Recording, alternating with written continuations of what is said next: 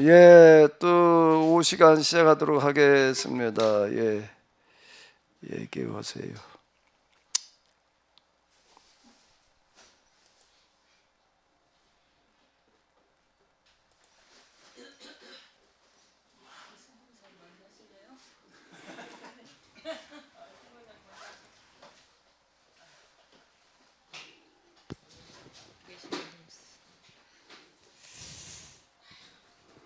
네, 오늘도 그 노트가 앞에서부터 이렇게 다 써서지 거기까지 온 거예요? 저요 그런 것 같은데요. 뭘 네네네 이렇게 맨날 네네. 써놔 거기다가? 이 주일 목사님 주일 예배하고 예, 네. 얘기를 해보셔. 네 오늘 네, 요한복음 마이크 좀 가까이 대고요. 네 요한복음에서 4장 그 사마리아 예수님께서 사마리아 여인을 찾아가는 사건에 대한 해석을 이제 쭉 들으면서 이제 물론 전체 속에서 이해해야 되고 또 이제 1, 2, 3장, 1장, 2장, 3장, 4장 이렇게 같이 연이어서 해석을 해야 되는 거 다시 한번 또 이해를 하면서 오늘 본문에서 또 제가 느낄 수 있는 목사님 해석 방법에 대해서 목사님 항상 개인의 적용에 멈추지 않고 어떤 그 시대의 당면한 문제를 적용을 하시는구나. 이제껏도 다 그런 식으로 해왔는데 또 오늘 본문도 마찬가지로 예수님께서 사마리아 여인을 만나는 사건을 우리는 모든 교회는 거의 개인의 적용만 멈추는데 목사님께서는 그 시대의 문제, 그 시대의 당면 문제, 그 큰 것을 보고 해석을 하시는구나. 그걸 또 한번 느꼈고요.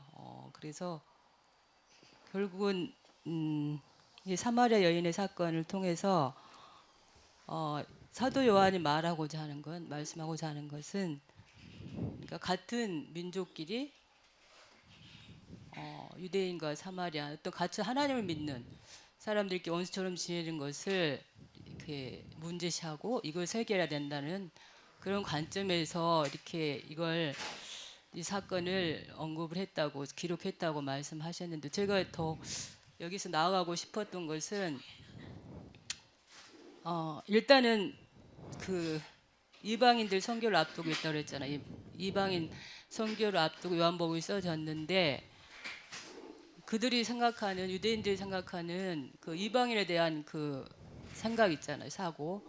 이방인들 전체에 대한 게 부정적인 감정이 많은 상태에서 그들을 선교하기 위해서는 일단 너네들끼리라도 화해를 해야 되는데 너네들 민족끼리도 하나님을 믿는 민족끼리도 화해하지 않는 채 세계 이방인을 선교한다는 것은 말이 안 되기 때문에 일단 너네끼리라도 화해를 하고 그 다음에 이방인들 선교를 나가는 거 그것이 중요하다. 그러면 또 이방인에 대한 생각도 내가 부정적인 이제껏 가지고 있던 그 생각이 얼마나 잘못되었는가를 깨닫게 하기 위해서 이렇게 이 본문을 말씀하셨구나 하면서 정리를 해봤습니다. 제가 항상 놀라는 것은 목사님은 개인의 적용만 하지 않고 그 시대의 당면한 문제까지 보고 하신다는 거 해석을. 그래서 목사님 오늘 또 기도하실 때 세상이 이렇게 잘못되어가는 2000년 동안 올바르지 못하는 부분도 해석에 있다는 것은 항상 개인에만 적용을 시켰기 때문에 그 원인이 있지 않나 하는 데서 같이 연결해서 한번 정리를 해봤습니다. 제가 그냥 은혜 받은 대로 정리를 해봅니다. 예, 어떤 책이나 글을 읽을 때에 일단 제일 중요한 거는 뭔가 하게 되면은 이 저자는 이 글을 통해서 뭘 말하려고 그러는가를 파악하는 게 중요하다고요. 저자의 의도, 목적을 저자의 의도를 파악하는 거. 우리가 학교 다닐 때 그 시험이라는 것도 다 그런 거 아니에요. 출제자의 의도를 문제를 보고서 출제자가 이 출제를 통해서 뭐를 말하려고 하는가를 파악하는 게 중요하다고 시험 볼 때. 근데 출제자는 뭔 생각 상관없이 나 그냥 내 생각대로 하겠다. 그러면은 이게 이제 맞을 수가 없다라고 하는 거예요. 물론 이제 요즘 문학 비평에서 이렇게 보게 되면은 뭐도 있냐면 청중 비평이라는 게 있어요. 글이라고 하는 거는 일단 나온 다음에는 소유권이 저자에게만 있는 게 아니다. 있는 사람에게도 그런 권리가 있다라고 해가지고서 저자가 무슨 의도를 가지고 무슨 생각을 가지고 썼든 상관없이 그냥 읽는 사람이 중요하다. 읽으면서 거기서 이제 읽는 사람이 다양하게 뭘 읽어내야 되냐. 근데 이렇게 또 초점을 맞춰가지고 얘기하는 경우도 있어요. 그걸 청중비평이라고 그런다고. 예? 청중이 중요하다. 읽고 있는 청중이 그 사람이 그냥 읽고 뭘 느꼈느냐, 뭐 이게 중요하다. 이제 이렇게 얘기하는 경우도 있는데 그것도 한편에서는 맞는 이야기이기도 해요. 그런데 일단 이제 이 성경이라고 하는 거를 지금 우리가 그 동안에 읽던 거를 보게 되면 다 그냥 청중비평한 거야. 읽고 그냥 읽는 입장에서 그냥 어쩌고 저쩌고 이제 이런 식으로 그렇게 하다 보게 되면은 우리가 요한복음 4장에 보게 되면 거기 이제 사마리아 여인이라고 하는 그 여인이 예수님을 만나면서 뭐 일어나고 있는 변화 뭐 기타 등등 이제 여기까지는 보일 수가 있을 거예요. 그래서 아 이런 여자도 그냥 외면하지 않고 찾아가셔서 뭐 어떻게 해주시는 하나님 예수님 여기까지예요. 그거는요. 그건 그거대로 우리가 또 어떤 면에서 이제 필요한 부분이 있을 수 있는데 그건 당연히 우리가 그렇게 한번 생각해 볼 수 있는 거고 근데 거기에만 머무르지 말고 과연 이 요한복음이라고 하는 책은 어떤 책이며 요한복음에서는 지금 이 이야기를 통해서 뭘 말하려고 하는가를 읽어내는 거가 특히 성경을 읽을 때는 그걸 놓치면 안 돼. 성경을 읽을 때는 성경 하나님의 말씀이잖아요. 이 말씀을 통해 가지고서 하나님의 뜻을 파악하는 게 중요한 건데 물론 이 여인을 향한 예수님의 그런 어떤 따뜻한 모습이 그게 또 하나님의 뭐라고 이렇게 느껴질 수도 있기도 하겠지만 그보다 더 중요한 게 있는 거예요. 그걸 놓치면 안 되는 거죠. 성경 읽으면서는 영감이라고 하는 거는 어떤 역할을 하는가라고 하게 되면은 저자의 의도, 하나님의 의도를 깨달아 알게 하는 게 성령의 역할인 것 같아요. 나도 지금 이렇게 얘기를 했지만은요, 전에도 이렇게 얘기를 했는가 천만에. 나도 그냥 예수님과 사마리아 여인과의 관계 속에서만 보는 거예요. 내가 감신 다닐 때의 성경 과목 중에서 제일 많이 열심히 다뤘던 게 요한복음인 것 같아. 요한복음 강해만 뭐 듣고 원어로다가 또 있는 거 뭐 하고 뭐 요한복음 너무 익숙한 거예요. 뭐 더 뭐 나올 게 없겠다 할때라고 할 만큼. 그런데 그게 이제 하나님을 경험하고 난 다음에 완전 딴 얘기가 되는 거야. 얘기가. 그게 지금 요한복음의 신약 성경의 신명기다. 이건 어떤 신학자도 그렇게 얘기하는 사람이 없다고. 나는 그걸 어떻게 그렇게 얘기하게 될까? 성령의 역사심이라고 하는 거예요. 성령 인도하심으로밖에는 설명이 안 되는 거예요. 예, 오늘 제목이 준비된 사람. 준비된 사람이다 그랬잖아요. 그럼 목사님이 항상 얘기하는 게 할 때 뭐 사람을 통해서 예, 또 찾아오시는 하나님. 예, 그러니까 이게 그러면 이 사마리아 여인이 뭐 찾아오시는 하나님 사람을 통해서 그럼 하나님과 합의를 일치가 돼 있어야 된다고 그렇게 얘기한다면 이 사마리아 여인이 그런 쪽의 사람이었나요 그러면? 자 일단 뭔가 하면 요한복음에서 다루려고 하는 거는 유대인과 사마리아인의 화해라고 하는 거대한 주제를 지금 다루는 건데 초점을 그렇게 맞춰야 된다는 거예요. 같은 하나님을 믿는 사람들끼리 서로 등지고 있으면 곤란한 얘기가 되는 거 아니에요. 서로 우리가 옳다 말이야, 네가 옳다. 이 산에서도 말고 저 산에서도 말고 이 산이라고 하는 거는 예루살렘을 말하는 거고 저 산이라고 하는 거는 그리심산을 말하는 거라고. 그러니까 우리는 그리심산에 이제 뭐 메시아가 온다라고 생각을 하고 있는데 유대인들은 어디 딴 데 어디가 있다고 그러더라. 이제 사마리아 여인이 하는 얘기 아니에요. 이 산에서도 말고 저 산에서도 말고. 하나님께서 신령과 진정을 예배드리는 자를 찾으신다. 이제 이렇게 얘기를 하는 어떤 이런 거거든요. 그러니까 요한복음 4장에서 우리가 놓치지 말아야 될 부분이라고 하는 거, 큰 흐름에서 놓고 본다면은 유대인과 사마리아인의 해결할 수 없는 고를 메꾸는 이야기라고요. 이게요. 요한복음 흐름이 그렇잖아요. 우선순위를 쭉 이렇게 놓고 볼 때 예수님께서 하시는 어떤 일을 하셨느냐라는 걸 놓치지 말아야 된다라고 하는 건데, 그런데 그 역사적인 과제를 그럼 예수님께서는 어떤 방식으로 해결하시느냐? 누구도 생각지 못한 방식을 동원하시는 거예요. 누구도 생각지 못한 방식. 거기에 항상 그런 일엔 뭐가 된다면 준비된 사람이 있다는 거예요. 그 준비됐다라고 하는 거가 사람의 눈으로 볼 때는 이 여자는 하나님께서 쓰실 만한 준비가 된 사람하고는 상관없는 여자예요. 예? 지금 6번째 남의 남자를 데리고 사는 여자야 지금. 그래서 사마리아로부터 다 따돌림 받던 여자이고. 근데 예수님께서는 이 사람이야말로 적임자라고 그러고 찾아오시는 거예요. 뭐가 적임자일까? 그냥 다 망가져 있다는 그 자체가 적임자일까? 그건 예수님과 이 여자의 대화 속을 보면은 알아요. 이 여자는 그 자기 지금 삶은 그렇지만 그 마음속의 갈급함 속에는 뭔가라면 하나님을 찾는 어떤 그런 게 거기에 굉장히 강하게 들어있다고. 예? 하나님을 찾는 그 갈급함이라고 하는 거가 이제 어디서 채워지질 않다 보니까는 이 남자 저 남자 섭렵하는 어떤 그런 걸로 나타날 수도 있어요. 그 왜 그런가 하면 자기가 진짜 찾고 있는 게 있는데 그게 안 찾아지게 되면은 그냥 방황을 하게 돼 있는 거라.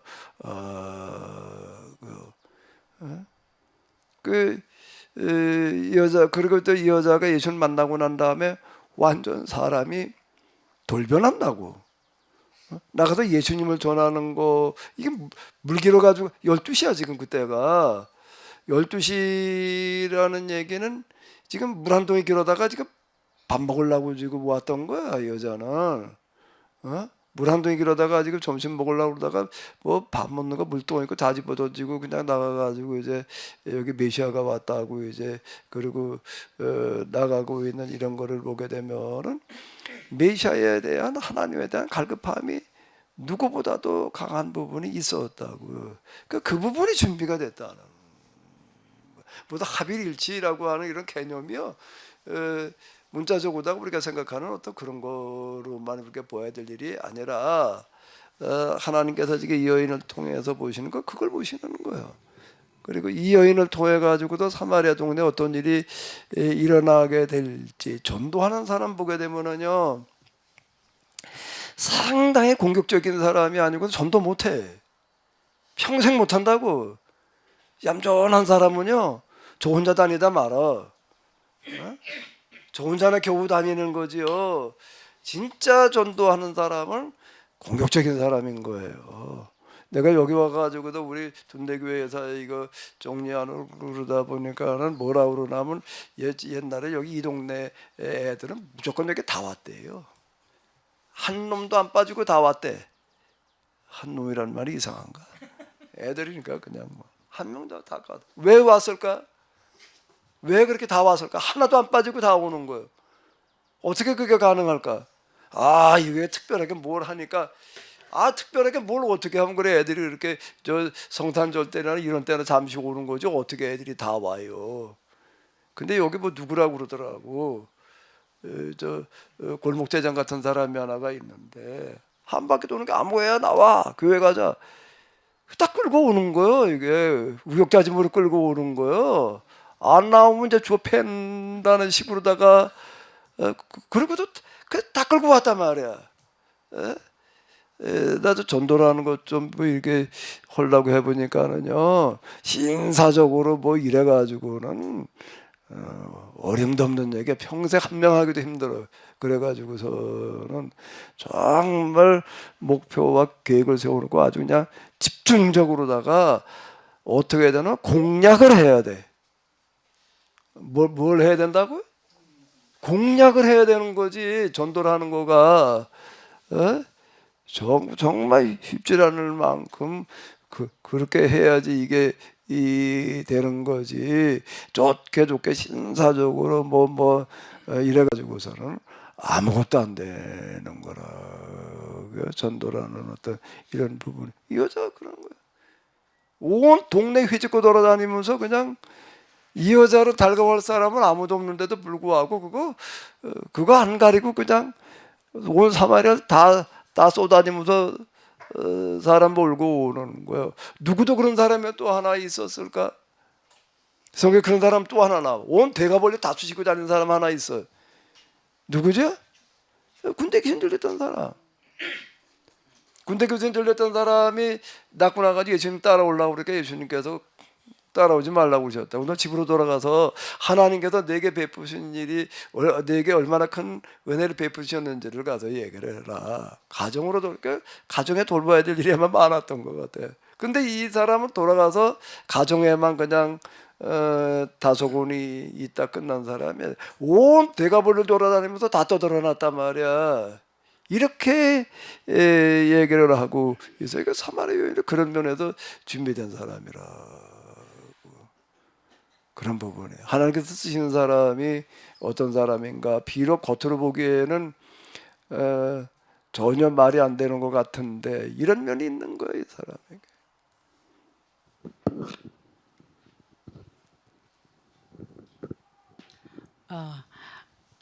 오늘 1시간 반이 어떻게 흘렀는지 모를 정도로 완전 진짜 몰입이 돼갖고 또 어쭈 어떻게 이렇게 또 일맥상통하게 이렇게 쫙 꿰뚫어서 6장, 5장까지 항상 뭐 들었던 얘기인데 다시 한번 1장부터 되짚어서 이렇게 쭉 그 핵심을 얘기를 해주시니까 좀 뭐 소름 돋았다고 하나 그런 좀 많은 느낌으로 잘 들었거든요. 근데 아까 나영란 집사님한테 물었던 것처럼 수가성 여인의 에 대해서 이제 목사님이 여기 본문에서 말하려고 하는 게 뭐였을까 이제 물으셨잖아요. 근데 이제 1장부터 보면 1장에 뭐 하나님 예수님이 하나님이시고 또 로고스이고 말씀이 원리 이치이고 뭐 2장에서는 그래서 이제 가정을 세우시고 3장에 또 뭐 이제 회개하는 그거까지 쭉 이어지고 나서 4장을 물으셨을 때 저도 이제 옛날에 뭐 들었던 것도 있고 그 또 3장까지 회개까지 연결되었던 거를 보면 4장에서는 오히려 회개한 후에 그 달라진 모습, 회개한 후에 여인의 달라진 삶이 무엇인가, 진짜 구원받은, 회개했다는 거는 구원을 받았다는 거니까 구원받은 자의 모습이 어떤 건가를 보여주는 것이 사상의 사마리아 여인이다.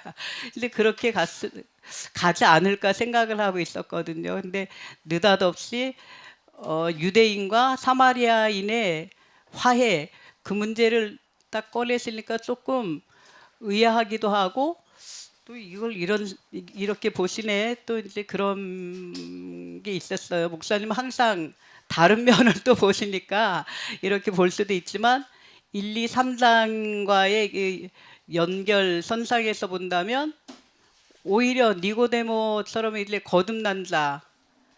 거듭난 자의 그 삶은 어떤 것인가, 그 변화된 삶이 무엇인가, 뭐 그렇게 가는 게 더 문맥상은 매끄럽지 않을까. 그렇게 볼 수 있는 부분도 좀 있는데 일단 뭐를 놓치지 않으면서 4장, 5장, 6장 줄을 읽어 내려가야 되는가 하면 요한복음이라는 걸 놓치지 않으면서 보는 부분이 이제 중요하다라고 할 때에 요한복음이 신약 성경의 신명기다라고 할 때에는 이제 선교 1세기에서 2세기로 넘어가면서는 완전히 이제 분위기가 바뀌는 거야. 유대인, 유대교, 이제 그리고 이제 팔레스틴 여기 중심에서 이제는 유대인, 유대교가 아니야. 이방인 세계 로마 제국에 이제는 땅 끝을 내다보면서 교회가 어떻게 가야 되느냐, 뭘 해야 되느냐라는 것을 염두에 두면서 이렇게 볼 때에는 4장에서 다루려고 하는 어떤 이런 거가 딱 드러나는 거예요. 그 유대인과 사마리아인이 같은 하나님을 믿으면서 원수가 되어져 있는데 소통할 길이 없는데 예수님이 여기다 며칠씩 머물러 계시는 거예요. 거기서 큰 놀라운 변화가 일어난 어떤 이런 것들을 얘기한다라고 놓고 볼 때에 요한복음에서는 뭘 제시하고 있는가라고 하게 되면은 같은 하나님을 믿으면서 파벌이나 갈등이 생겨서는 안 된다는 거예요. 그러면 지금 오늘의 기독교의 문제점을 지적하려고 할 때에 빼놓아서는 안 되는 것, 특히 한국 교회를 얘기하려고 할 때에 빼놓을 수 없는 것은 교파주의예요. 구교와 신교는 서로 적대시하면서 30년 전쟁을 치렀어요. 30년 전쟁을 치렀어요. 종교개혁, 루터 종교개혁 이후 그 30년 전쟁이라고 불러요. 어느 쪽이 이겼을까? 서로 하나님의 이름을 가지고 싸우는 거예요. 누가 이겼을까? 끝이 안 나는 거야.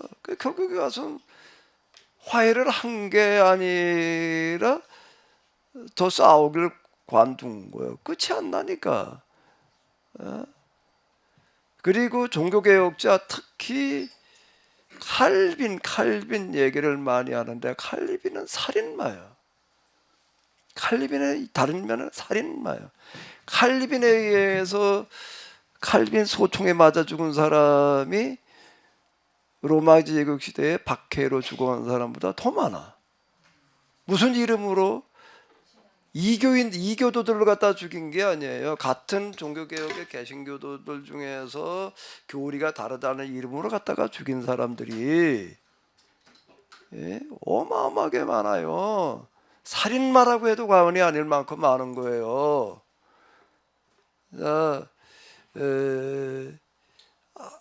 우리가 이런 것들, 이게 교파주의라고 하는 거가 그 이후자 심각한 그런 얘기가 되는 어떤 이런 건데, 우리가 지금 이 시점에서 요한복음을 해석을 하면서 4장을 어디다 초점을 맞춰야 될 것인가라고 할 때에 지금 이 문제, 그리고 지금 우리가 이거는 반드시 시급히 해결하지 않으면 안 되는 문제가 교파주의야. 가톨릭과 이 개신교가 서로 이단시했고, 우리나라에서만 하더라도 요즘은 조금 뜸하지만은요 60년대만 하더라도 장로교들 가운데 상당수는 감리교를 이단자라고 그랬어요. 이단이라고 그랬어요, 감리교를요. 끄떡끄떡하신 거 그런 얘기 들어봤는가 봐. 장로교. 네네, 저는 장로교 출신이잖아요. 근데 보수 합동. 근데 감리교가 자유주의다다, 뭐 알미니안주의다다 뭐 하면서 되게 부정적으로 제가 들었던 기억이 나요. 이단이라고 이제 이렇게 얘기들을 하고 뭐 이제 그런 경우들이 허다하다. 교파주의가 이게 감리교를 심각하게 멍들게 한 병폐라고. 그래 요한복음은 그걸 경고하고 있다. 선교 2세기를 내다보면서, 그리고 3장에서 3장 16절 다 우리가 성경 요절이라고 그래. 예수님의 십자가에서 우리 모두 죄가 해결된다고, 십자가 앞에 나가면 죄 해결된다, 그렇게 생각하는 사람이 벌써 그때도 있는 거예요. 그러니까 거기에 14절 10절에서는 모세가 광야에서 뱀을 든 것 같이 인자도 들려야 하리니라고 지금 이거는 요한의 재해석이에요. 예수님께서 하신 말씀대로 지금 써놓은 게 아니야. 전적으로 저자 요한의 창작품이야. 예수님의 말씀은 포도나무의 비유라든지 15장에 나와 있는 10장의 선한 목자의 비유, 그리고 지금 요한복음에 의하게 되면은 이 성만찬 예식 때에 성만찬 예식이 빠져 있어요. 그게 어디로 와 있냐면 이제 다음 주에 다룰 6장에 이제 들어와 있고, 그 자리는 제자들의 발을 닦으시는 이야기이고, 그리고 고별 설교가 이제 14, 15, 16, 11장은 이제 기도고, 이렇게 계속 이어지고 있어요. 이거는 예수님께서 하셨던 육성은 아니야. 육성은 아니야. 이건 전적으로 요한의 재해석된 창작물이라고요. 그러니까 요한은 100살까지 살아야 됐던 이유가 다 일찍 순교하고 뭐 이제 죽었는데도 불구하고 100살까지 장수했던 이유 중에 하나가 요한만 할 수 있는 해야 될 일이라고 하는 거가 요한복음이었다. 이제 이렇게 얘기를 할 수가 있는데요.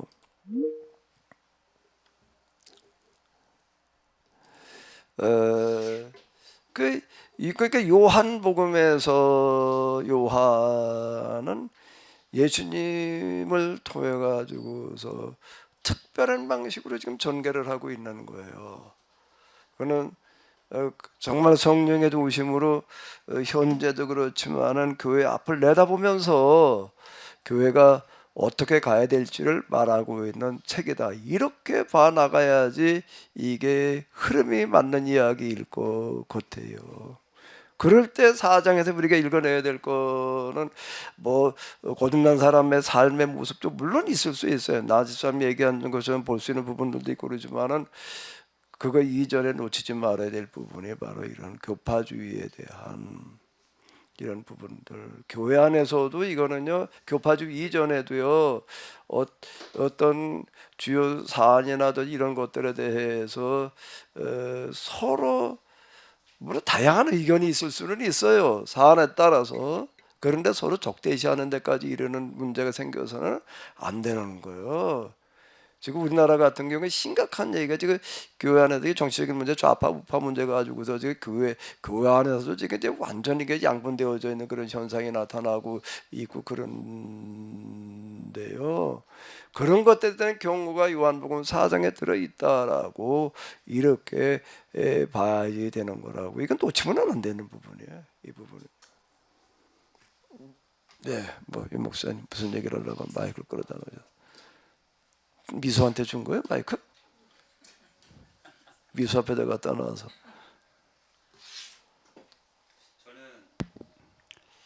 저는 1, 2, 3, 4장, 5장 오늘 말씀을 들으면서 특히 이제 4장에서 굉장히 중요한 주제 언급하셔서 너무 중요하다라는 걸 한 번 더 생각하게 됐는데, 믿는 사람들의 연합, 이것이 지금 굉장히 어려운 시대이거든요.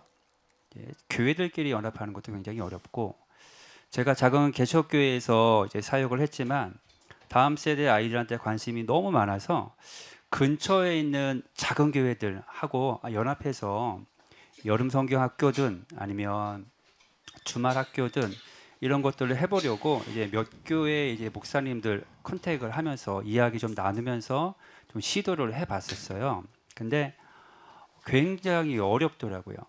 어려운 이유가 뭐냐면 어린이 행사를 이제 주관하는 게 이제 제가 되다 보니까 그 아이들이 이제 저희 교회로 이제 올 것 같은 그런 불안함들이 있으셨던 거예요.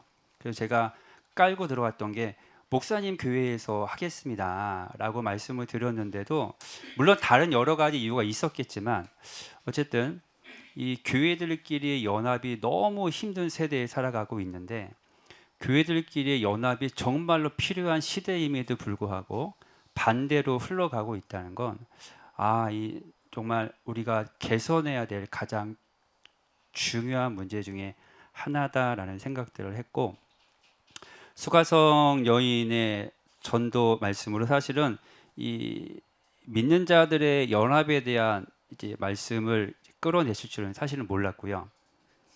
몰랐고요. 근데 이게 너무 중요한 주제이기 때문에 사실은 교회 안에 교인들도 연합하는 게 쉽지 않거든요. 사람들 교회 안에서 일꾼이라는 단어가 약간 좀 어울리지 않을 수 있겠지만 교회를 이제 공동체를 세우기 위해서 헌신하려고 애쓰는 사람은 큰 교회든 작은 교회든 소수더라고요. 이런 일이 터져도 달려오는 사람은 그 사람이고 저런 일이 터져도 달려오는 사람은 그 사람인 거예요. 그러다 보니까 교회 공동체를 세워가는 게 참 쉽지 않은 시대다라고 생각을 하는데 요한복음 말씀 또 보면은 1장이 이제 로고스 하나님의 예수님이 곧 말씀이고 이치이고 원리라고 하셨고 2장은 이제 혼인잔치의 가정 회복과 또 성전 전환의 신앙 회복을 말씀하셨다면 3장에서는 이제 거듭남, 죄사함에 대한 이 주제로 이제 풀어 주셨는데 저는 이 3장의 거듭남, 죄사함의 주제를 개인과 하나님과의 관계의 회복으로 보는데 2장은 공동체와 하나님과의 관계를 본다면 개인과 공동체 중에서 공동체를 먼저 요한이 소개하고 있는 거구나라는 생각을 했고 물론 개인의 신앙이 바탕이 돼야 공동체의 회복도 이루어지는 거겠지만 우리가 더 중요하게 여겨야 되는 건 우리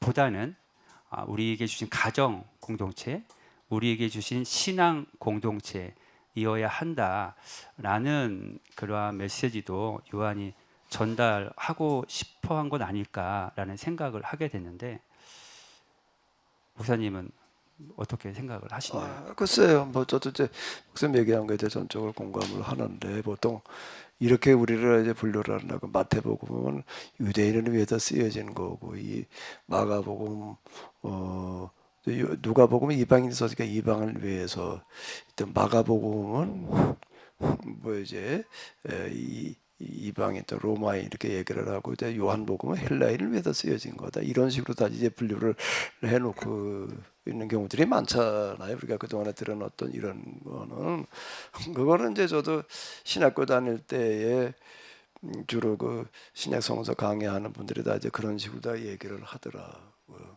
근데 요한복음 얘기하면서 이제 뭐 헬라인을 위한 뭐 어쩌고 저쩌고 이제 이런 식으로 다 이제 얘기를 하고 그러고 하는데 어디에서도 요한복음이 신약 성경의 신명기라고 하는 얘기는 못 들어봤어요. 근데 그거는 요한복음을 신약 성경의 신명기라고 얘기하기 이전에 구약 성경 율법서 신명기를 가지고 전공한 분이 있었어요. 전에 그 신명기를 잘 모르겠더라고. 신명기를 읽으면서는 무슨 얘기를 하는 건지 도무지 이해가 안 되는 게 들어가도 복을 받고 나가도 복을 받고 떡반죽 그릇이 복을 받고 뭐 그런 거 있지요. 이빨장 우양의 새끼가 복을 받고 포도송이가 복을 받고 그 머리가 될지언정 꼬리가 되지 아니하고 뭐 이제 이런 얘기가 무슨 얘기인지를 모르겠는 거예요. 또 반대로 얘기를 하잖아요. 이 말씀대로 살지 않으면 들어가도 저주를 받고 나가도 저주를 받고 뭐 포도송이가 저주를 받고 우양새끼가 저주를 받고 모르겠는 거예요. 이런 얘기가 뭘 말하는 건지 뭘 어떻게 하라는 얘기. 나는 21살 때 교회를 나가서 22살 때 회심을 한 다음에 정말 올인했다라고 할 만큼 좀 신앙의 열심을 이제 좀 내봤었는데 정말 올인했다라고 할 만큼 내가 열심을 내봤는데 아무리 해도 나는 포도송이가 복을 안 받더라고. 떡반죽 그릇에 복이 임하지도 않고 그 얼마나 더 열심히 뭘 어떻게 해야 되나? 나 그때 그 가지고 있던 돈 다 들어가지고 그때 내가 그 진짜 힘들게 10,000원 그리고 그때 돈으로 한 50만 원 됐었어. 그게 지금 몇 천만 원 되겠지. 그때 50만 원이면은 이게 70 몇 년도니까 70 몇 년대 그저 시골에서 그뭐 많은 집 한 채 값이야 그게. 시골 그거 다 헌금했다고. 어? 다 헌금했어. 그때 뭐야 그 우리 어머니도 계시고 할 텐데 그것도 또 그냥 물론 이제 내가 뭐 간장공장에서 벌어서 가지고 있던 그런 거기도 하지만은 어머니한테 상의도 한 것도 아니야. 그냥 헌금 나중에 하셨는데 난 지금도 놀라는 거 어머니가 그거 왜 헌금했냐는 얘기를 안 하시더라고. 우리 어머니도 나보다 조금 1년 먼저 나가셨는데 특징 중에 하나는 헌금은 아까워질 않으시더라고. 그런데 이제 어쨌든 그렇게 했어요. 야 그걸 다 헌금하면 어떡하냐 이 얘기를 안 하시는 거야. 그런 식으로 했는데 그 우리 어머니도 하시는 얘기가 있어. 야 하나님 교회를 나가다 하나님 살면 복을 받는다더니 우리 왜 점점 더 어려워지냐. 난 이해가 안 되는 거예요. 신문계는 뭘 말하려는지 나는 모르겠더라고. 근데 이제 우리 감신에 있던 그 교수가 저 중앙 교회라고 있잖아. 서울 한복판에 있어요. 거기서 이제 목회자들 대상으로 신명계 강해를 한다는 거예요. 그래가지고 내가 거길 신명계를 들으러 갔어. 신명계 뭘 얘기하는 책인지 도무지 모르겠길래 그 갔더니 뭐라고 얘기를 하는데 뭔 얘기인지 감이 안 잡히더라고. 그걸 가지고 신명계도 전공을 해가지고 또 학위를 받아가지고 감신에도 구약 교수로 가르치던 분이 이제 가르치던 분이 가르치고 있는 현직 감신에 있으면서 이제 목회자들을 대상으로 해서 이제 그걸 한다고 그래가지고 이제 신명기가 도대체 뭘 얘기하나 하고 들으러 가는데 모르겠더라고. 모세가 뭐 계약갱신이나 무슨 얘기다 뭐 이런 얘기 같은 것들 그냥 그거에 뭐 쓰여져 있으니까 그냥 그런가 보다. 근데 정작 신명기를 통해서 뭘 얘기하려고 하는지를 모르겠는 거야. 내 신명기가 이런 거구나라는 거를 깨우치려고 참 엄청 고생을 했어. 엄청 그 양반원 때 들은 걸 기억 신명기가 뭔가 뭐 십계명 요약한 거다 뭐 이런 식인 거 같아. 글쎄 신명기가 십계명 요약한 건가? 그래서 뭐 떡바족들이 복을 받고 뭐 나가도 복을 받고 그러니까 무슨 얘기라는 거 뭐라고 봐야 돼? 뭐 전혀 뭐 답이 없는 어떤 그런 얘기인데요. 구약 학자들도 신명기라고 하는 거가 계약갱신이고 뭐 어쩌고 저쩌고 얘기를 하지만은 그래도 그 이후 이스라엘 사람들이 가나안에 들어갔을 때에는 신명기에 준해서 신앙생활을 했어야 된다라는 식으로다가 끌고 나가는 이야기들이 거의 없더라고요. 구약 성서 신학 뭐 이런 걸 들여다봐도 그렇고요. 이스라엘 역사 책을 들여다봐도 그렇고 야 이게 영감이 아닌 이성으로만 하는 신학이라고 하는 거는 참 그 한계가 있다. 이제 어쨌든 하나님 경험하고 난 다음에 바꾸 얘기를 하면은 하나님의 영이 임하고 나도 영감으로 들이다 보니까 내가 그 말을 일부러 안 해. 그렇게 얘기를 하면 그게 좀 잘못하면 오해될 수 있는 소질이 있어서 하나님의 경험을 하니까 이제 다시 보이더라 내가 이렇게 돌려서 말을 하는데 하나님을 경험하고 나니까라고 하는 거는 성령의 도우심과 영감으로 보니까 비로소 보이더라. 그게 이제 예언자들이 성경을 해석하는 방식이 이런 얘기였다. 이제 뭐 예수님도 그렇게 말씀하시잖아요. 주님의 성령님이 내게 임하셨으니 이제 이렇게 얘기를 하시는 건데 이 성령이 임하지 않고서는 근데 나도요. 성령을 나도 받았다고 생각을 했어. 성령이 임했다고. 왜? 회심의 경험 때 뭔가가 있었으니까. 그러니까 나도 성령 받다 성령 내 안에 내주하신다라고 생각을 했는데 이게 이제 딴 얘기더라. 그 성령하고 예언자들에게 임해서 성경을 해석하게 하시던 그런 영하고는 좀 이게 좀 뭔가 기능이 다른 거거든.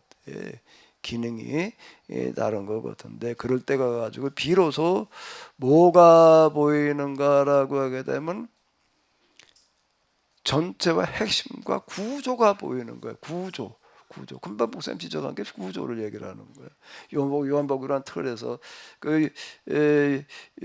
그리스 사람들이 찾는 거가 아르케라고 하는 단어와 로고스라는 단어였다고. 아르케는 뭐 근본이라고 해석이 되어지고 이제 로고스는 주로 이제 뭐로 많이 해석이 돼? 이성이라고 하는 걸로다가 이제 이렇게 해석이 되지. 이성이니까 법, 원리와 이치 이제 이렇게 볼 수가 있는데요.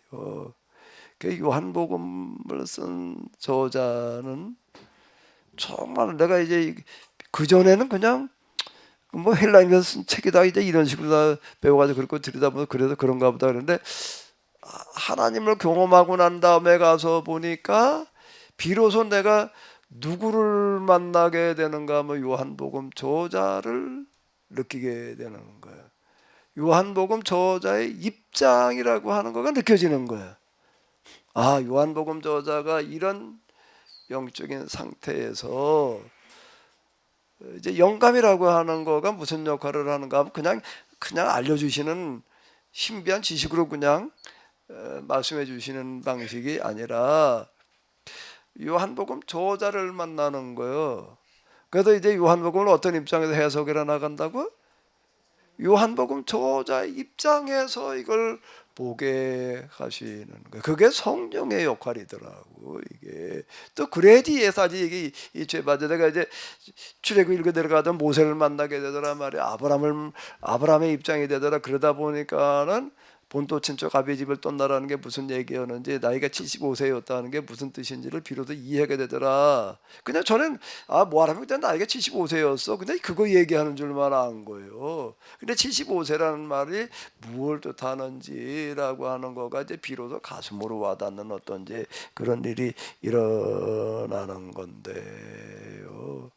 듣는 여러분들은 어떻게 들릴지 모르지만 말하는 나는 성령의 인도하심으로 내가 요한복음 저자와의 대화로 내가 말한다라고 나는 그런 생각을 가지고 말하는 거예요.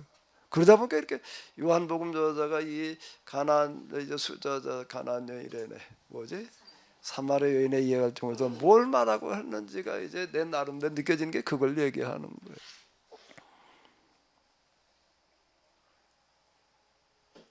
근데 정말 지금 목사님 그 해석이 공감이 되는 게 오랫동안 그 유대인과 사마리아 그 갈등은 오랫동안의 문제였잖아요. 수백 년 동안인 거 정도. 그 문제를 해결하지 않는 것은 이상할 것 같아요. 지금 들어보니까. 그건 해결하고 넘어가야 될 문제 아니야. 그 요한복음 저자는 그걸 다루고 있는 거예요. 그 회사에선 뭘 얘기하는 거라고요? 교파주의. 교파주의. 지금도 해결이 안 되는 거예요. 우리는 이런 입장에서 놓고 본다면 요한복음 이후에 교회는 요한복음부터 얘기하려고 하는 거고 거꾸로 간 청개구리 교회사예요. 청개구리야, 청개구리. 거꾸로 가서 정반대로 간 거예요, 지금.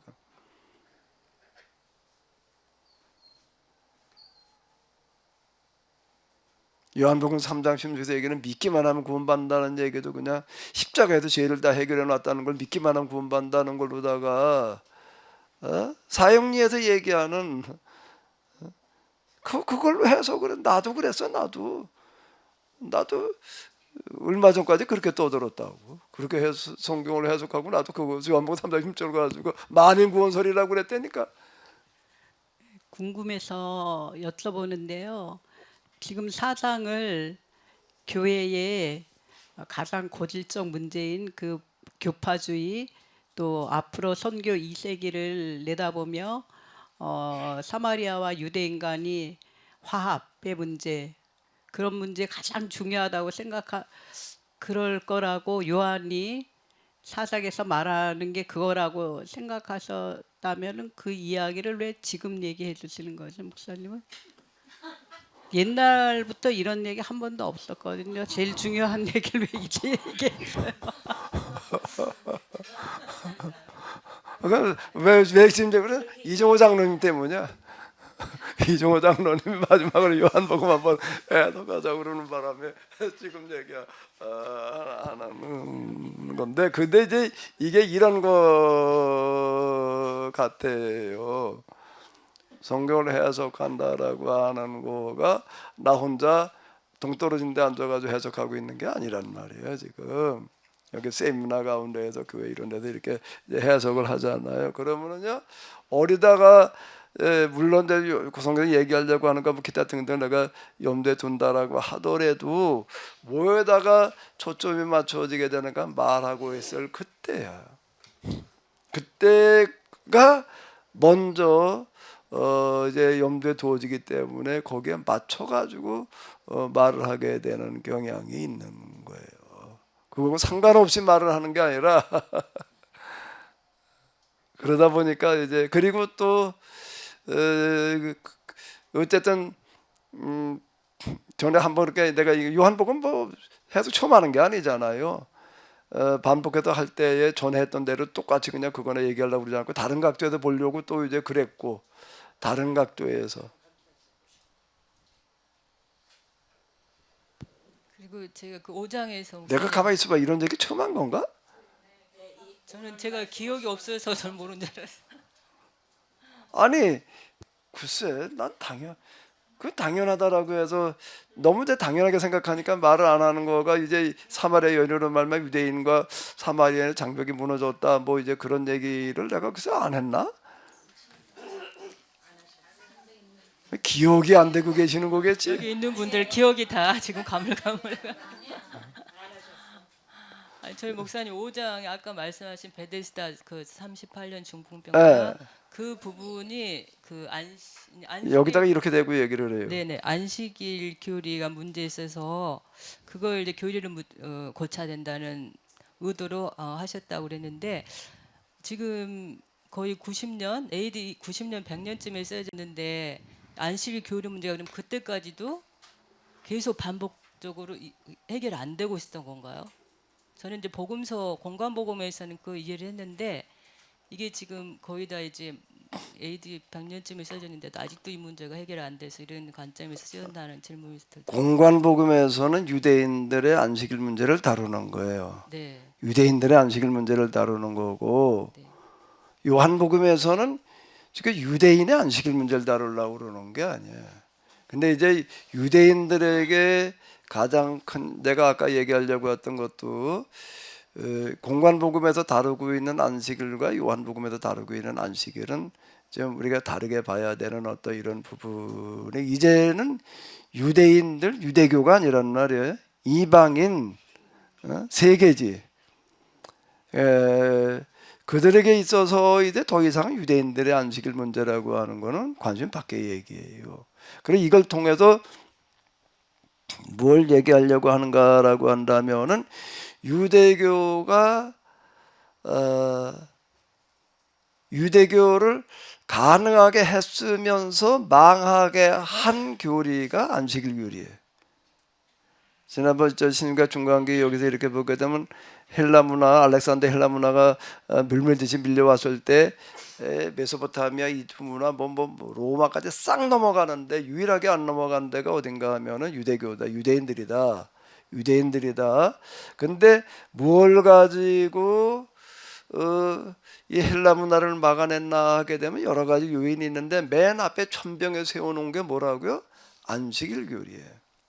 안식일 교리로 비롯해 그게 여러 가지 주로 있는데 그 안식일 교리가 유대교에 넘어가지 저 헬레니즘에 넘어가지 않고 헬라화되지 않고 유대교 우리가 유대교라고 부르지만 역사가들은 그걸 뭐라고 부른다고요? 헤브라이즘이라고 부른다고. 이걸 가능하게 한 1등 공신이 안식일 교리이면서 또 예수님 때쯤에 와가지고도 유대교를 망하게 하는 1등 공신이 안식일 교리야. 이게 이런 이 양면성을 가지고 있다고요. 유대교를 가능하게 했으면서 망하게 한 거예요. 이게 이제 우리가 이게 역사의 교훈을 얻어야 될 게 바로 이런 부분이라고. 어떻게 같은 교리가 하나는 살리고 하나는 죽이는 역할을 하는가. 이게 재해석 내가 계속 얘기하는 게 좀 이걸 얘기를 하는 건데 그러면은 지금 요한복음 저자는 5장에서 안식일 문제를 다루면서 뭘 말하려고 그러는 걸까? 유대인의 안식일 지키는 문제를 말하려고 그러는 걸까? 교리의 문제를 다룬다라고 하는 거예요. 교리라고 하는 어떤 이런 거가 유대교의 가장 중요한 중심 교리가 안식일 교리인데 그거가 요한복음의 저자는 알아요. 유대교를 가능하게 했으면서 살렸으면서 동시에 망하게 한다라고 하는 걸 알기 때문에 이 교리라고 하는 부분을 어떻게 봐야 되는가. 교리라고 하는 거는 필수품이에요. 물이라고 하는 거를 먹으려고 한다라고 하게 되면은 물을 갖다가 물 먹을 때마다 개울에 가가지고서 연못에 가지고 혓바닥 대고 먹을 수는 없잖아요. 그 컵에다 이렇게 먹는단 말이에요. 컵이 있어야지 물을 먹고 컵에 물이 담겨 있다고. 우리 신앙이라고 하는 것이 물과 같다면 물을 담아놓은 컵은 뭐와 같은 거죠? 교리야, 교리. 근데 이게 잘못하면은 그릇이 내용을 질식시키는 그런 일이 일어날 수가 있는 거예요. 그러면 이제 우리가 지금 5장에서 이 베스다 연못가에 38년 된 병자의 이야기를 통해 가지고 얘기하려고 하는 거가 안식일 교리, 즉 교리의 위험성. 위험만 있는 게 아니야. 교리의 필요성과 위험성을 지적하는 문제로 해석을 해야 된다라고 하는 거예요. 그 요한복음은 어떻게 보느냐에 딸려 있어요. 요한복음이 이제 선교 1세기에서 2세기로 넘어가는 기점에 앞으로 교회가 이렇게 가야 된다라고 얘기하는 책이다라고 볼 때에는 틀림없이 요한복음 저자는 그걸 말하려고 지금 요한복음을 쓰는 거예요. 그러니까 완전 다른 방식으로 써내려가 이게 전개하는 방식 자체가 이제 패러다임이 달라. 공간복음하고는요 이런 방식으로 다루고 있는 거 자체가 지금 바로 이제 이런 걸 얘기를 하는 건데 요한복음은 전적으로 요한의 창작품이야. 예수님의 육성의 말씀을 그대로 전해주고 있는 게 아니에요. 제가 자꾸 요한복음이 신약 성경의 신명기라고 그러는 이유는 아까도 얘기한 대로 신명기라고 하는 것은 하나님께서 계약법을 또 성결법전을 주시면서 하신 말씀이 담겨 있는 게 아니에요. 모세의 해석이 들어있는 거예요. 모세의 설교예요. 전적으로 모세의 설교야. 그러면은 요한복음이라고 하는 건 뭔가 예수님께서 말씀하신 걸 그대로 담아 놓은 게 아니야. 예수님께서 선한 목자라고 하는 부분은 목자 이야기를 하시기는 했지만은 포도나무의 비유의 말씀을 좀 하시기는 했었지만 그걸 가지고 요한은 완전 새로운 설교를 지금 창작해낸 거예요. 창작해낸 거예요. 예수의 말씀을 그대로 담아놓은 게 아니라고. 그건 공간복음하고 비교해보면 문체가 완전히 달라. 문체가 완전히 달라. 마태마가 누가에는 비스름한 부분이 있어요. 근데 요한복음으로 넘어 예수님의 육성의 말씀하고는 완전 성격이 달라. 그러니까 이건 전적으로 요한의 장작품, 요한의 설교예요. 그러면 요한은 이걸 통해서 말하려고 하는 게 있는 거야. 그걸 읽어내는 거가 중요하다는 거지. 다음 주에는 6장에서 7장, 어쩌면 8장까지 가야 될 것 같은데 4월달 중에 다 다루려면은 좀 바쁘게 가야 될 텐데. 예. 목사님, 요한복음도 걸으면 전체 주제는 하나님 나라입니까? 아니, 공간복음에 지난번에 기억하는 게 모든 신학자들이 공간복음도 복음서 전체가 주제가 하나님 나라라고 했는데 저는 이게 궁금한 거예요. 신학자들이 말한 하나님 나라와 목사님께서 늘 이 땅에 이루고자 하는 이 땅의 하나님 나라, 그게 차이가 뭔지 궁금하고 요한복음도 주제가 하나님 나라입니다. 하나님 나라가 공간복음뿐만 아니라 복음서의 주제다라고 얘기를 할 때 요한복음도 포함되어지는 얘기이거든요. 그런데 신학자들 가운데에서 복음서의 주제가 하나님 나라다라고 얘기 안 하는 사람은 없는 것 같아.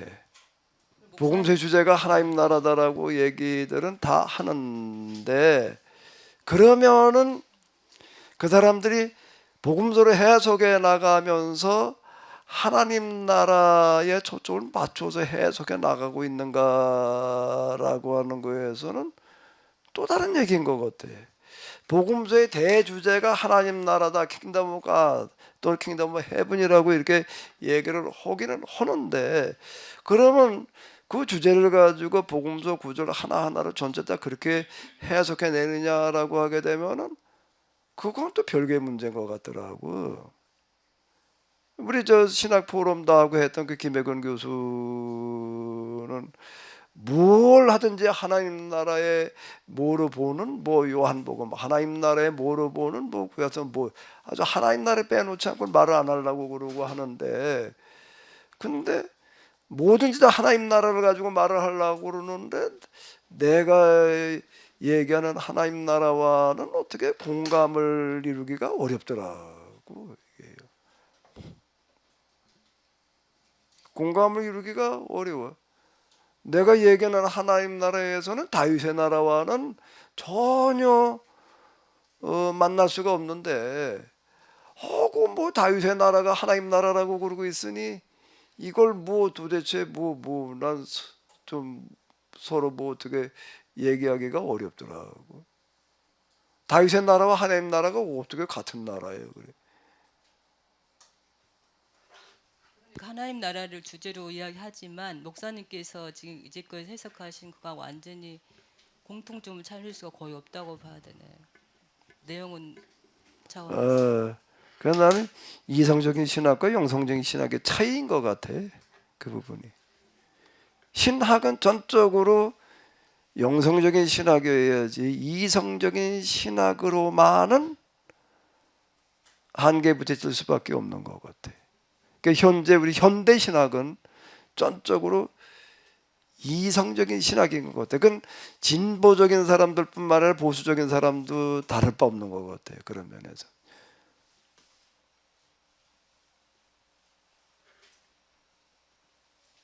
보수적인 사람들이 이성을 배제해놓고 해보려고 그러는데 오히려 더 큰 모순에 빠지는 것 같아. 질문하겠습니다. 예, 우리 김주아 선교사님 우리끼리만 얘기하고 있어서 미안해요. 예, 얘기하셔. 아니에요. 저도 잘 들었고요.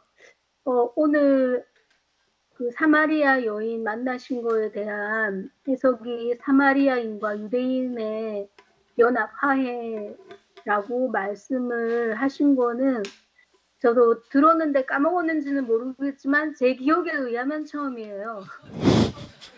근데 이렇게 들으면서 든 생각이 그 사건 당시와 이제 기록 당시가 있잖아요.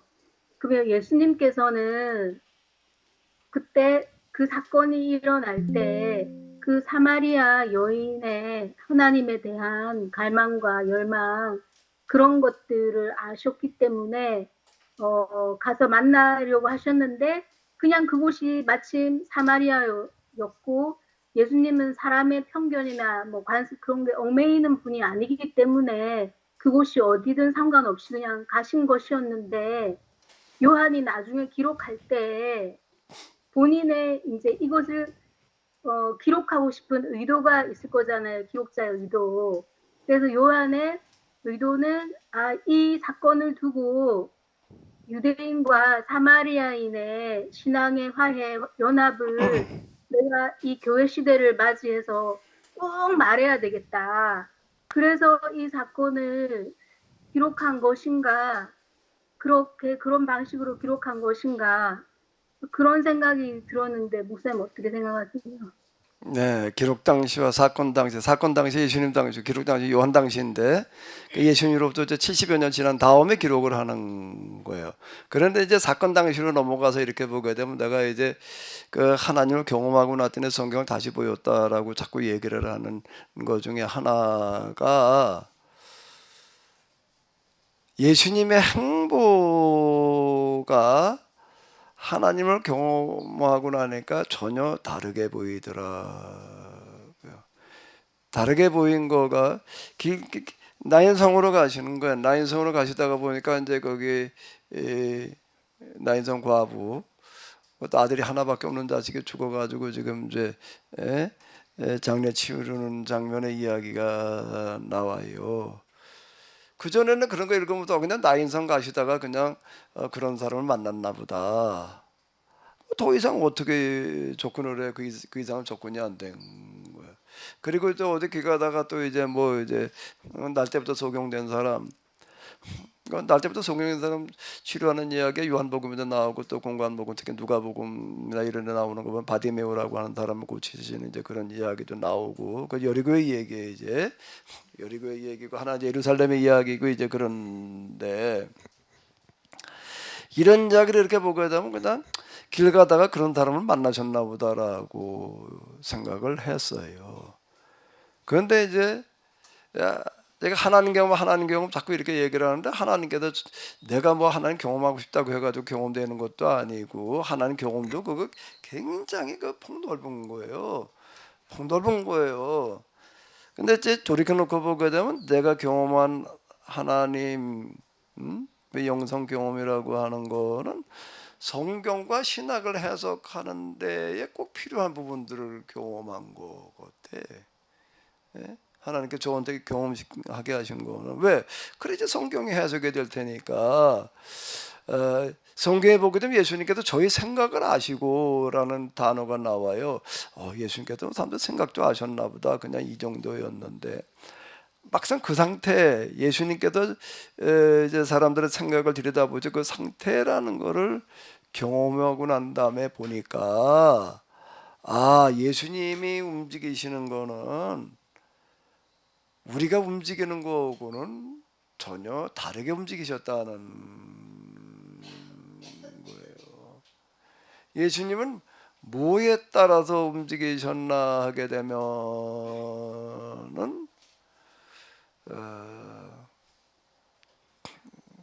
새가 둥지에다가 새끼를 깠어. 이제 알을 몇 개 까가지고서 이제 키워야 되잖아요. 까서 이제 벌거지를 이제 물고 와. 이제 물고 오면은 어떡하나? 이놈이 가만히 있다가 예미가 날아오는 소리가 났다 하면 어떡하는 거죠? 저마다 입을 벌리고 그냥 난리를 쳐. 왜 입을 벌리나? 자기 입에다 넣어달라는 거예요. 그냥 물고 온 걸 하나를 물고 왔어요. 이걸 누구한테 넣어줘야 돼? 승건사니까 누구한테 넣어줄 거야?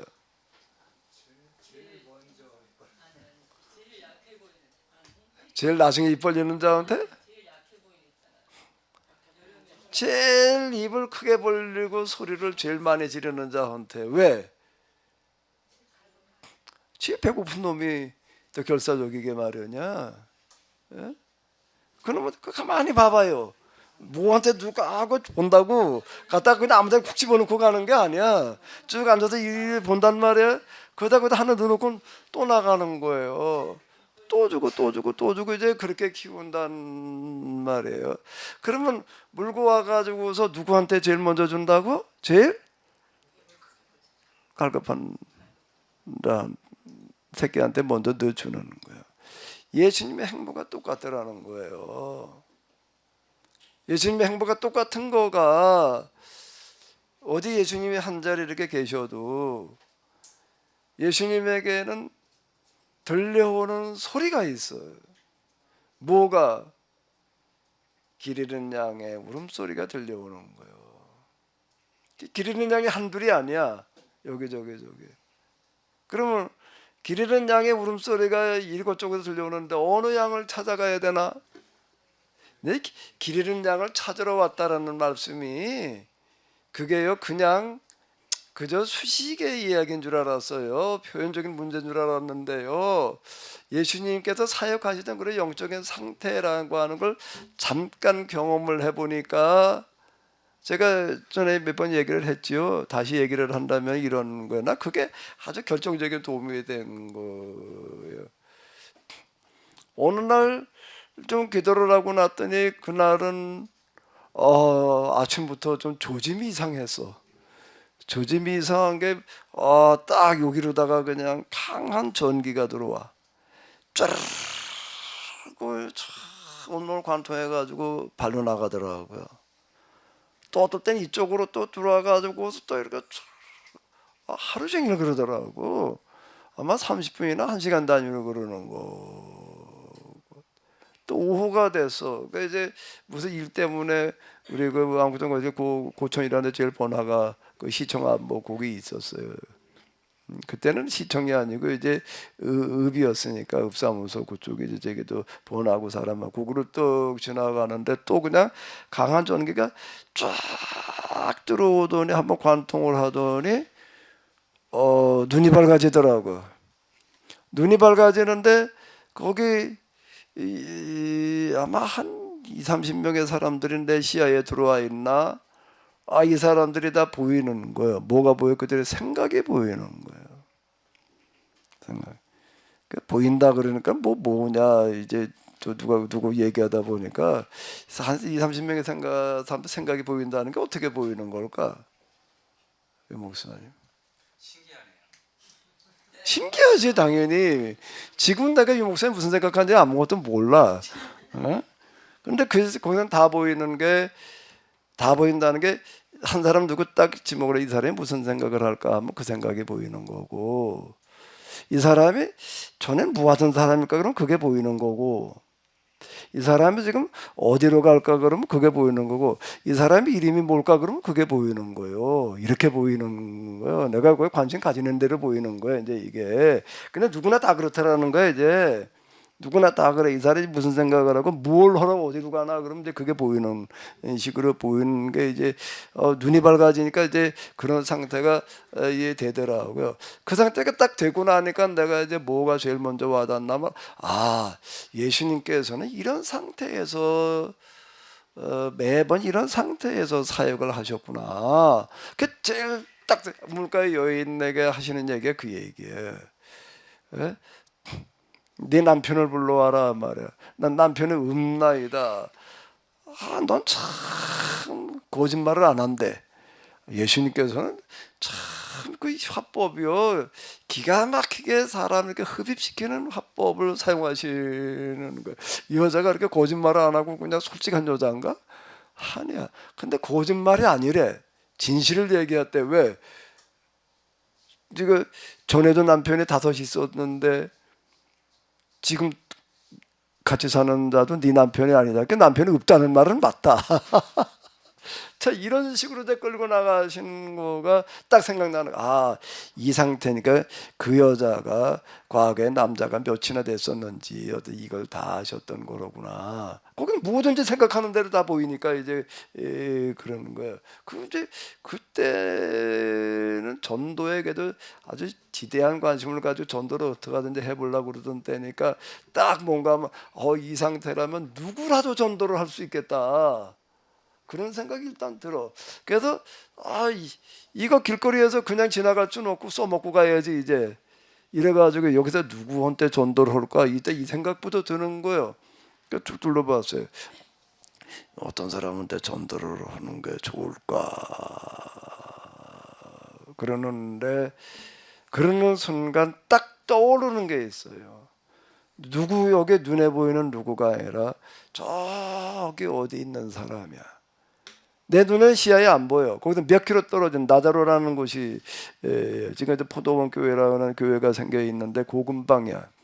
어느 지점까지도 내가 이제 그게 딱 느껴지는 거야. 거기 있는 어떤 사람이야. 그럼 내가 그 사람을 주목하면 그 사람이 또 다 보이는 거예요. 누구지? 뭐 하는 사람이지? 뭐 어떻지? 이제 이렇게 또 그렇게 보이는 거야. 그 내가 누구한테 전도를 해볼까 그러니까는 딱 그 사람인 거예요. 이게 그냥 내 마음대로 그냥 이렇게 하는 게 아니라 하나님께서 딱 이렇게 지정하시는 사람이 있구나. 근데 왜 그 사람일까? 거기 있는 사람 중에서 제일 갈급한 사람인 거예요. 갈급한 사람이라는 걸 내가 어떻게 아느냐면 그 사람의 그 갈급한 마음이 고스란히 느껴지니까.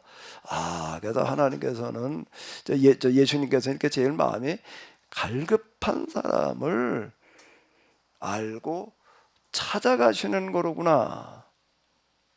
그게 지금 여기에서 사도 요한은 예수님께서 지금 누구를 찾아가시나 하면은 사마리아 여인을 이건 찾아가시는 거예요. 가다가 우연히 만난 게 절대 아니에요. 김좌선 교사님, 내 경험에 의하면은 그렇게 가서 예수님께서 만나시는 게 아니에요.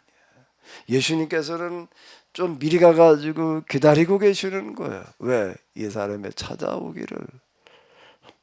그리고 무슨 대화를 하셔야 될지를 우리가 지금 이런 상태에서 대화하는 게 아니야. 마음을 꿰뚫어 보기 때문에, 꿰뚫어 보고 있기 때문에 뭐라고 얘기를 해야지 그 사람한테 그게 딱 각인이 되어져 갈지를 알고 이야기를 하시는 거라. 내게 물을 좀 달라. 이 얘기. 요런 그 하나하나가 그냥 하시는 이야기가 아니라 들여다보고 하시는 말씀이다라고 하는 건데요. 이거는 저 사건 당시에도 예수님께서는 사마리아 여인의 갈급한 마음, 그 갈급함이 뭐에 이 사람이 갈급해 있다면 하나님 나라에 갈급해 있던 여자예요. 겉으로 보기에는 이 남자 저 남자 섭렵하고 돌아다니는 것 같지만은 그 중심 속에는 하나님 나라가 갈급해 있던 사람. 그러다 보니까 물동이고 뭐고 다 버려두고 쫓아다니는 어떤 이제 그런 얘기가 여기에 나와 있는 거고, 기록 당시로 넘어가서 사도 요한은 뭘 가지고 써내려가는가 하면 과거에 있었던 경험 가지고 예수님하고 그때 사마리아 지방을 지나갈 때에 그때 이런 일이 있었어. 전혀 몰라요. 사도 요한은. 왜? 그때 예수님 옆에 남아있는 사람 아무도 없었어. 다 뭐 먹고 사러 갔어요. 예수님하고 사마리아에 둘만 있었다고. 무슨 얘기를 어떻게 나눴는지는 들은 적이 없어. 나는 사도 요한은 이거를 이제 재구성해내는 어떤 이런 거가 예수님의 그런 입장에서 예수님의 심정으로 돌아가가지고 이걸 써내려가는 거예요. 그래서 지금 이게 가능한 얘기예요. 그러니까 이거는 사건 당시와 기록 당시로 이렇게 놓고 본다면은 그냥 어떻게 하다가 예수님께서 사마리아 여인을 만나는 이야기는 아니다라고 하는 거예요. 그건 제가 단언해서 얘기할 수가 있어요. 경험으로. 경험 아니면 내가 이런 말을 못하지. 목사님 뭐 자꾸 오늘은 할 얘기가 많으셔. 2번 하는 것 같은데 3번째인가? 근데 자꾸 보인다 그러니까 저희들이 알아듣기에는 눈으로 보이는 것 같은 그런 뭐가 보인다고? 목사님이 보였다. 어. 그거가 우리가 듣기에는 뭔가 그냥 눈으로 보이는 것 같은, 누가 어떤 사람을 보면 이 사람이 과거가 보였다. 과거 또 이 사람이 지금 뭐 어떤 문제가 있고 어떤 마음이 있는가가 보였다. 그러니까 눈으로 보인 것 같은 생각이 자꾸 들어요. 그래서 그럼 그냥 뭐라 그래야 돼? 뭐 느끼게 됐다, 알게 됐다, 그렇게 생각이 됐다 하고 좀 다른가요? C라는 말 속에는, C라는 단어 속에는 본다라는 게 기본 단어이지만 안다는 얘기는 당연히 같이 들어가 있는 거예요. 그러니까 그거 영어에서는 그래도 우리는 본다와 알다 뭐 느끼다가 좀 다르지 않는가, 그래서 본다라고 자꾸 근데 하면 우리가 여러 눈으로 명의 뭔가 보는 것 사람들이 같은 것 같아요. 동시에 보이다라고 하는 얘기가 내 기능은 하나잖아요. 그러니까 어떤 사람은 주목해가지고 보게 되면은 그 사람의 어떤 부분이든지 내가 그 부분을 이렇게 관심을 가지게 되면 그게 알게 됐다. 그러라고. 느껴졌다. 그러니까 예수님께서 그러니까 이 삭개오의 얘기를 하면서 거기를 예수님께서 그냥 지나가시다가 삭개오를 만나시는 게 아니라 삭개오를 만나기 위해서 예루살렘에 들어가셨다. 그리고 그 삭개오가 올라간 나무 밑에 서 가지고서 삭개오야 내려오너라. 어떻게 이름을 말할 수 있었느냐? 어떻게 이름을 말할 수 있었느냐? 누가 가르쳐줘서가 아니라 그 사람에게 주목하게 되면은 뭐든지 알게 되는 거예요. 이름부터 시작을 해서 부모의 뭐 어쩌고 저쩌고, 내가 이 사람 부모는 누굴까, 어떤 사람일까, 그럼 그게 드러나는 거예요. 에? 만나서 절대 그런 말을 안 해요. 어떻게 될 거라고 하는 거는. 그리고 그런 상태가 돼 있는 사람은 내가 그렇게 한다는 거 절대 밖으로 드러내지 않아. 절대 드러내지 않아. 내가 지금 다 들여다보고 있다는 걸 절대 드러내지 않아요. 그게 성령께서 하시는 일이야. 뭐 만났어도 오늘, 똑같아 지금하고 달라질 거 하나도 없어요. 오늘 말씀을 들으면 참 은혜를 많이 받았어요. 근데 은혜 받았다는 거는 뭐 그냥 나 그 말에 안 넘어가니까 안 쏘가 이제. 그러니까 뭐 맞아 그 차원이 아니라 공감하고 맞다 그 차원이 아니라 정말 깊은 탄식, 정말 어쩌다가 이렇게 됐을까라고 하는 그런 정말 말할 그 통곡이라 할까 말할 수 없는 그 심정이 많이 느껴졌어요. 그래서 요즘 또 성서 인문학에 마침 예수님의 사역이 무엇을 말하는가 그걸 지난주에도 하고 그랬잖아요. 그러니까 예수님께서는 유대교의 잘못된 점들을 뜯어 고치시고 잘못된 교리, 오늘 얘기한 안식일 교리야 뭐 인과응보 교리 그런 것을 뜯어 고치기 위해서 하는 사역인데 그 당시 유대인들도 몰랐던 것처럼 우리도 정말 예수님께서 하시려고 하던 의도와는 어떻게 이렇게 180도 다른 쪽으로 접근을 해서 이렇게 고착화되고 이렇게 도구화돼서 정말 예수님이 지금 보시면 또 탄식하고 또 채찍을 휘두를 만한 그런 일들을 어떻게 이렇게 똑같이 하고 있나 그 생각이 너무 많이 들고 마지막에 목사님 그거 구약은 옛기야 그거 불렀잖아요. 어떻게 2000년이 잘못 갔다는 그 구절이 정말 오늘은 엄청나게 마음에 많이 이렇게 와 닿더라고요. 그래서 야 옛날 2000년 전에 예수님의 통곡하시고 정말 분노하시던 그 모습이랑 오늘날의 우리의 모습은 너무나 똑같구나. 우리 지금 교회도 나도 내가 잘하고 있는지 잘못하고 있는지 바르게 해석하고 있는지 항상 많이 생각해야 될 텐데 이렇게 말하는 우리 자체도 정말 맞는 건가 늘 고민해야 될 문제인데 우리는 고민이라도 하지만 다른 교회들은 다른 교인들은 다른 목사님들은 고민을 하고 계실까?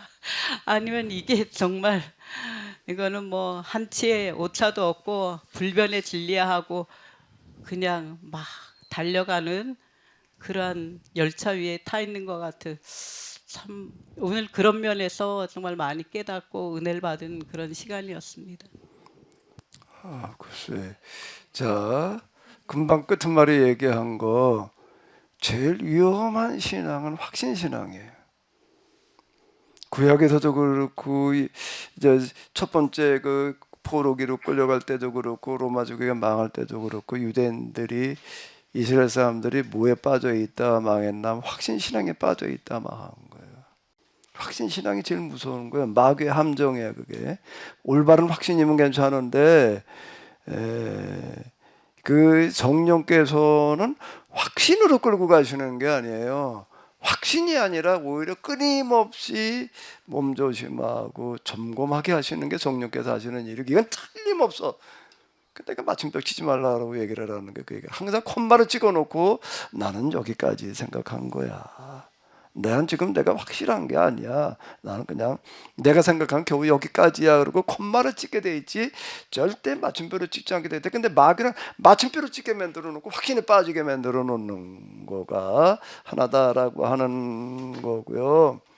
자, 그리고 예수님께서 세상을 구원하러 오셨다, 구세주였었다라고 하는 거 한번 생각을 해봐봐요. 세상을 구원한다는 게 뭘 하는 걸까?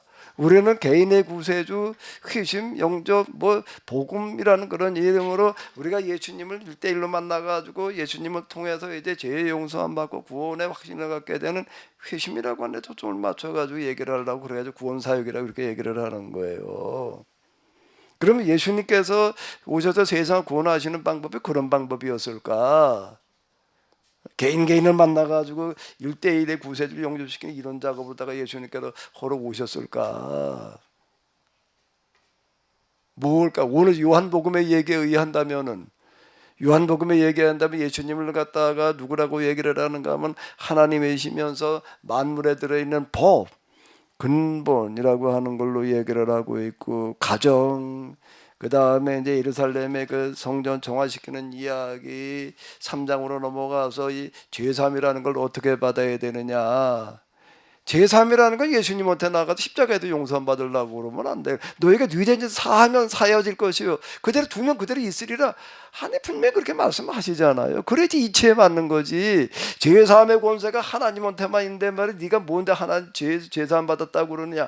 제3의 권세가 하나님한테만 있다 그러면 곤란한 얘기가 되는 거예요. 그래서 하나님한테 진 죄는 하나님한테 있겠지. 제3의 권세가. 사람한테 진 거는 내가 이정선한테 돈 떼먹은 죄를 지었으면은 하나님께서 나 이정선 돈 떼먹고 잘못했으면 용서해 주십시오. 그리고 용서받아서 끝나면 그 하나님한테 그 이정선한테 내가 돈 떼먹은 죄를 용서할 권세가 하나님한테 있을까? 누구한테 있어요? 이정선한테 있지. 그러니까 하나님한테 죄사함의 권세가 있다고 그러는 게 이게 잘못된 얘기야 이게 지금. 예? 그 중풍병자의 이야기 속에 논란의 여지가 그거죠. 하나님만 죄사함의 권세가 있는데 네가 뭔데 죄사함의 권세가 있다고 그러느냐. 이게 지금 논란거리가 되는 그런 얘기란 말이에요.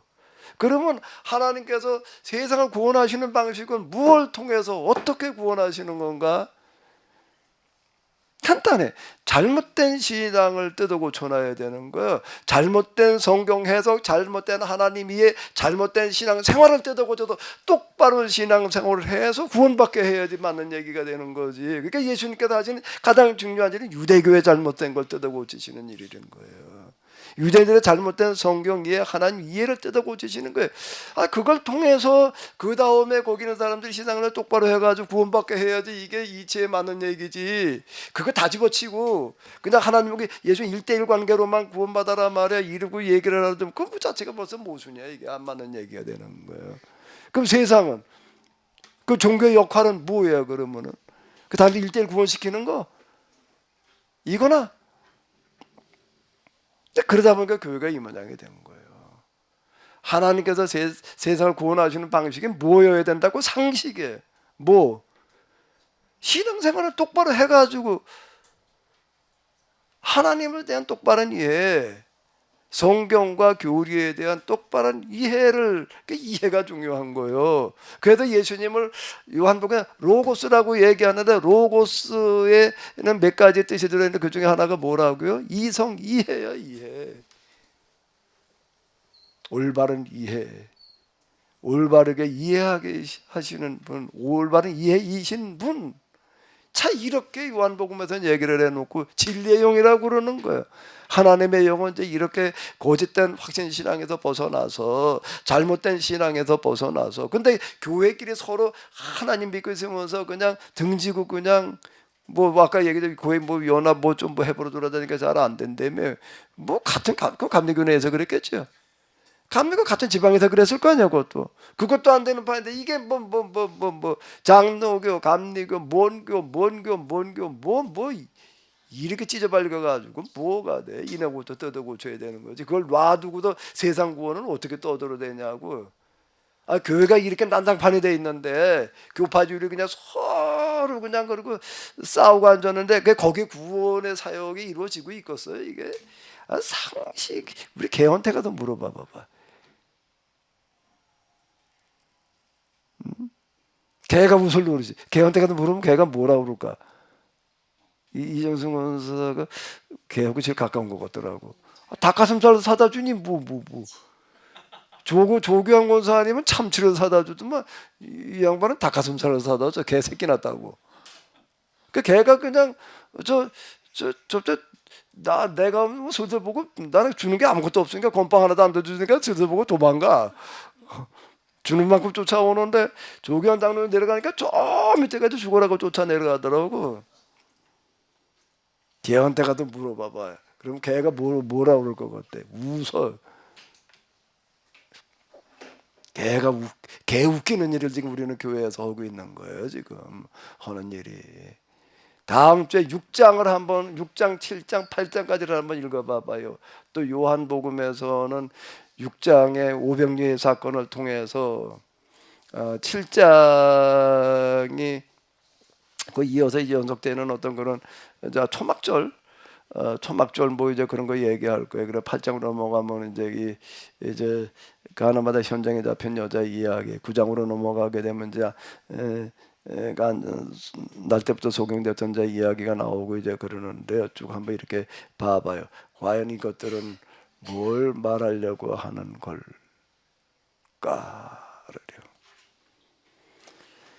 우리 저 팀지에서 보시는 분들한테 좀 더 시간을 드려야 될 것 같은데 우리끼리만 얘기를 하고 끝나서요. 우리 김준수 장로님.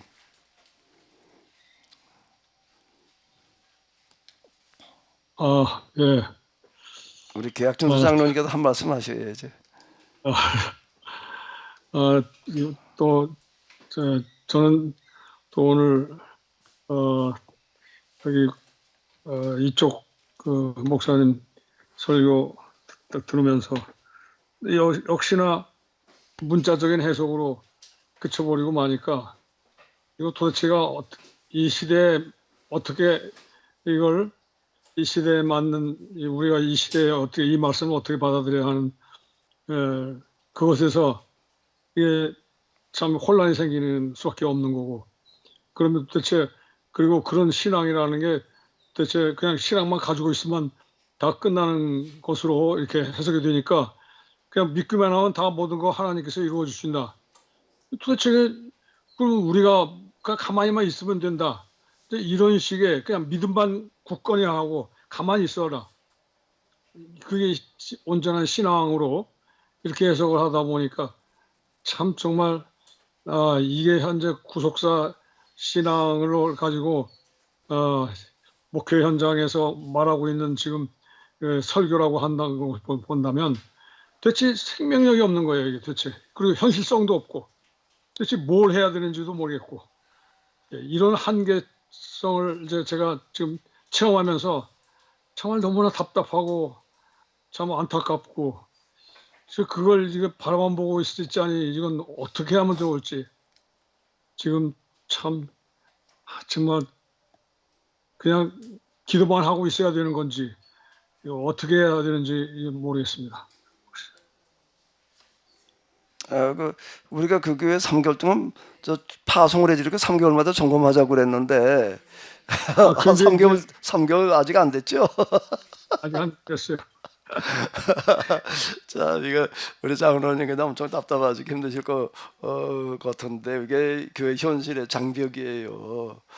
장벽인데 우리 장로님의 마음을 하나님께서 잘 아시기 때문에 아마 틀림없이 정면으로 돌파할 수 있는 길을 열어놓으실 거예요. 하나님의 방식은 항상 기습 공격이 아니고요.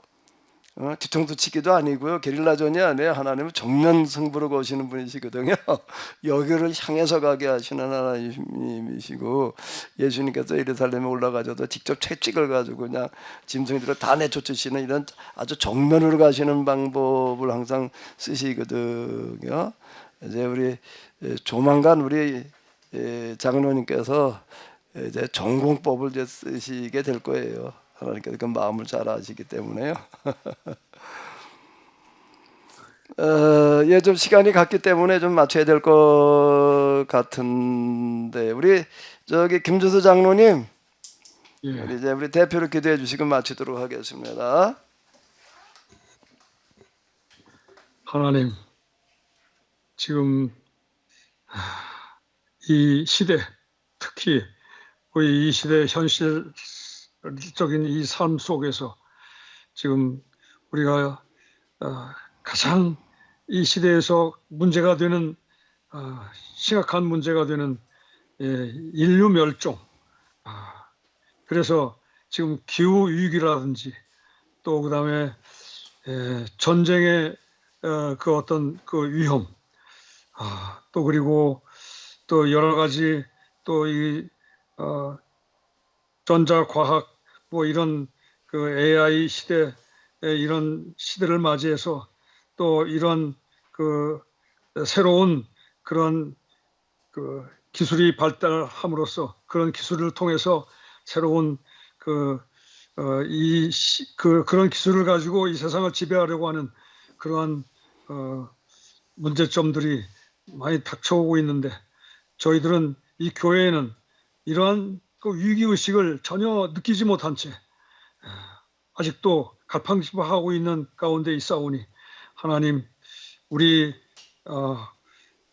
믿는 자들로 하여금 온전히 이 말씀을 제대로 깨닫고 바르게 해석해서 정말 이 시대의 이 문제들을 어떻게 하면 바르게 해석해서 우리 이 인류가 정말 평화롭고 행복하게 살아갈 수 있는 그 길을 우리 믿는 자들로 하여금 바르게 찾고 그 찾는 방법대로 실천하면서 살아갈 수 있는 저희 모두가 될 수 있도록 하나님께서 함께하여 주옵시고 저희들에게 또한 필요한 대로 하나님 함께하시고 더 저에게 더 능력을 베풀어 주셔서 속히 올 수 있도록 인도하여 주옵소서. 아멘. 특히 하나님 저희들 모두가 진정 그 새로운 이 시대에 필요한 그 영성 에너지가 필요합니다. 하나님 이 영성 에너지가 어속히 개발이 되어서 진정 정말 우리 인간이 그 하늘에서 내려오는 이 영성 에너지를 통해서 진짜 이 땅의 하나님 나라를 제대로 실현해 나갈 수 있는 그러한 일이 이루어질 수 있도록 하나님께서 역사하여 주시옵소서. 아멘. 그런 일에 저희들 모두를 하나님의 선한 도구로 사용하여 주시옵소서. 오늘 말씀을 예수님의 이름으로 감사드리며 기도하옵나이다. 아멘.